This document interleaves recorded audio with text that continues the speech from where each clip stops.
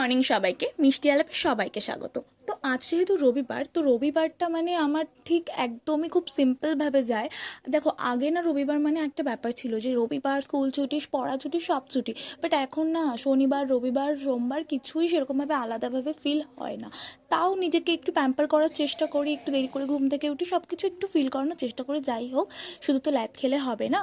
তো এই ওটসটা আর চিয়া সিডটা, এটা না একদম শেষ হয়ে গেছিলো। যেহেতু আমার ভাই প্রতিদিন সকালে চিয়া সিড এগুলো খায়, তো সেজন্য এগুলোকে রিস্টক করার প্রয়োজন ছিল। তো সেটাই আমি করে নিলাম। তারপর ব্রেকফাস্ট করে আমি একটু বসে বসে গোপাল ভাত দেখছিলাম। তারপরে আমি একটু গান শুনে নিচ্ছিলাম, যেহেতু খুব বৃষ্টি পড়ছিলো, বাইরেও বেরোনোর কোনো জো ছিল না।